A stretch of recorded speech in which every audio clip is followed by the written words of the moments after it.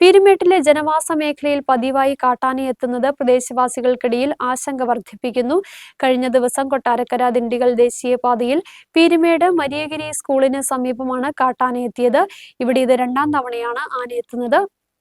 ഒരു ഇടവേളയ്ക്ക് ശേഷം വീണ്ടും പീരുമേട്ടിലെ ജനവാസ മേഖലകളിൽ കാട്ടാന സാന്നിധ്യം വർദ്ധിക്കുകയാണ്. കൊട്ടാരക്കര ദിണ്ടുഗൽ ദേശീയപാതയിൽ കുട്ടിക്കാനത്തിനും പീരുമേടിനുമിടയിൽ തട്ടാത്തിക്കാനം മരിയഗിരി സ്കൂളിന് സമീപത്താണ് കാട്ടാന നിലയുറപ്പിച്ചിട്ടുള്ളത്. ഇതിനുശേഷം ജനവാസ മേഖലയിലേക്ക് ആന പോയതിനാൽ ആശങ്കയോടെയാണ് പ്രദേശവാസികൾ കഴിയുന്നത്. ആന വരുന്നത് സ്കൂളിന്റെ പ്രവർത്തനങ്ങളെ പ്രതികൂലമായി ബാധിക്കുമോ എന്ന ആശങ്കയും സ്കൂൾ അധികൃതർക്കുണ്ട്. പരീക്ഷാ സമയം അടുത്തിരിക്കെ വൈകുന്നേരം സ്പെഷ്യൽ ക്ലാസുകൾ അടക്കം നടത്താൻ ഉദ്ദേശിച്ചിരുന്നുവെങ്കിലും ഇവയെല്ലാം വേണ്ടെന്ന് വച്ചു. രാവിലെയും വൈകുന്നേരമൊക്കെ കൂടുതൽ സമയം ക്ലാസ് എടുക്കാൻ ആഗ്രഹിക്കുന്ന ഒരു സമയമാണ്.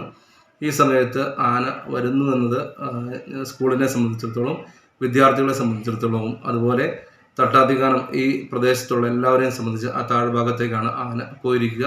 അവിടെയുള്ളവരെയൊക്കെ സംബന്ധിച്ച് വലിയ ആശങ്കയും ഭീതിയുമാണ് ഉണ്ടാക്കിയിരിക്കുക. അതുകൊണ്ട് ഈ ഒരു പ്രശ്നത്തിന് ഒരു ശാശ്വത പരിഹാരം ഉണ്ടാകണമെന്ന വലിയ അഭ്യർത്ഥനയാണ് ഞങ്ങൾക്ക് മുമ്പോട്ട് വയ്ക്കാനുള്ളത്.